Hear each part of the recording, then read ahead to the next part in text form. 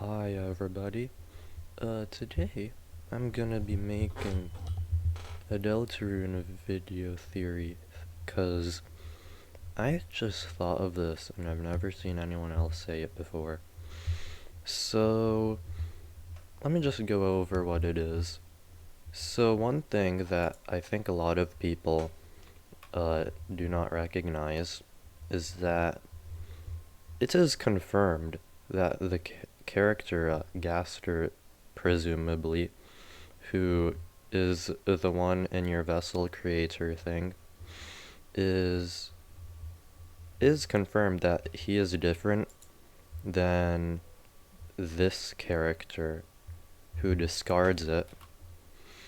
Now you might think, what evidence is there? Well, in this version, the English version, uh, it's just that it goes from this like background and the capitalized letters to just black and lowercase, like normal capitalization and punctuation. However, I'm aware some of you might not think that's enough. However, there is the Japanese version of the game, and this is where the theory really starts to kick in, because in case you don't know, the character creator, Gaster, talks in katakana and kanji, and if you go to the next part, ignore the robot voice, uh, it talks in kanji and hiragana, which is like normal Japanese. Uh, However, what do we do with the fact that these two entities are separate? Who is this second entity? Because that's a very fair question. And I have an answer. Because you see, if you've played the Japanese version of this game, you'll know something very apparent.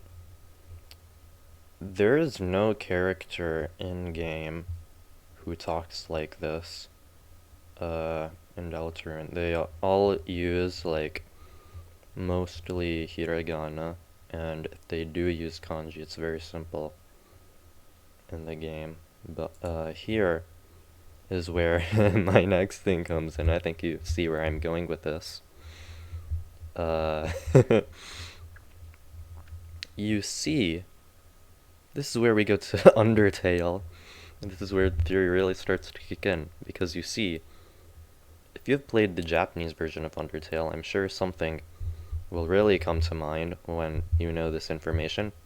Kara. Because, much like in Deltarune, no character really talks with kanji a lot, but Kara does. And here's the thing.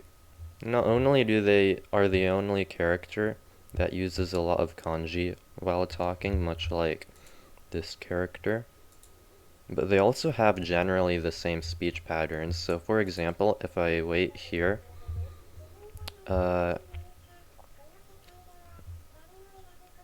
like omae, instead of, they both use the same second person pronoun, unlike Gaster, who uses anata.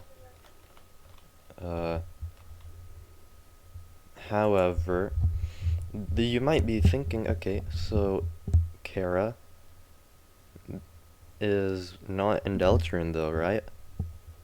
However, they do have a parallel, Kris, because there are a lot of parallels between Kris and Kara, and I think if we have this much evidence that whoever is the person in the second part of the intro sequence that discards the vessel is related to Kara in some way, like they're their Deltarune counterpart, I think it's safe to say that they are Kris. Makes sense, right? I mean, they're both the adopted human child of the Dreamer family. So now, uh, now that we know that, this might raise a lot of questions because the implications of this are massive. If it is true that the one who discards the vessel Gaster made us make was Kris. Kris discarded it, and now he's taking the soul for himself. So this might beg the question, which is very fair, how and why? And in order to answer those, we need to use other theories, because so this is where I'm going to credit some other people. So here is a theory by Halfbred Chaos, and one thing he states in it is that Kris sold his soul to Gaster, and this has pretty big evidence because the game, in it, Kris, it shows interest in, like, black magic. Like, this is something you'll see even before the events of the game. He was interested in that. And that could mean that he sold his soul to Gaster in order to get the soul for his own purposes. So now you might be questioning, okay, if he sold his soul to Gaster, then why does Gaster not want Kris to control it? Well, this is where my next theory comes in, by inf0.mp4, and in this video, she states that basically, Kris, when he first had the soul, it was like a test run, so Gaster tried seeing if Kris was trustworthy or not, and it came out apparent that he was not trustworthy. So let me set up the narrative for you. Let me just set things up. Oh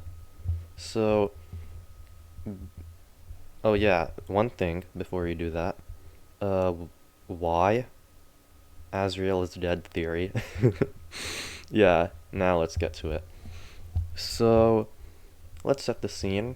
Kris figures out that Azrael is dead while on his trip to college. Again, this isn't confirmed, but if he has a reason, that's most likely what it is.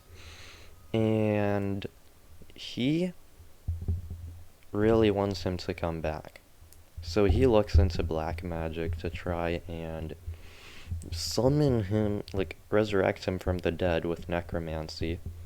And then, eventually, he comes across Gaster. And Gaster wants a human vessel for his experiment. And seeing some guy come up to him and willing to sell his soul to him, it makes Gaster want to accept the offer. However, before he actually connects us to Kris, he does a little test run beforehand, and he tries to see if Kris is, trustworthy or not. And Kris, not being informed of this, totally fails. This means that Gaster takes the soul out of Kris, and then really tries to get us connected and make us our vessel. But here's the thing. One thing he forgot to take into account was that Kris could hijack the vessel creator Gaster was trying to do, and Kris takes the soul back into himself in order to fulfill his cause. And I think that's very interesting theory. So yeah, that is the video. I hope you enjoyed watching. And I do have like one other theory in mind, but it's a bit weird. So I'll see you in the next one. Bye.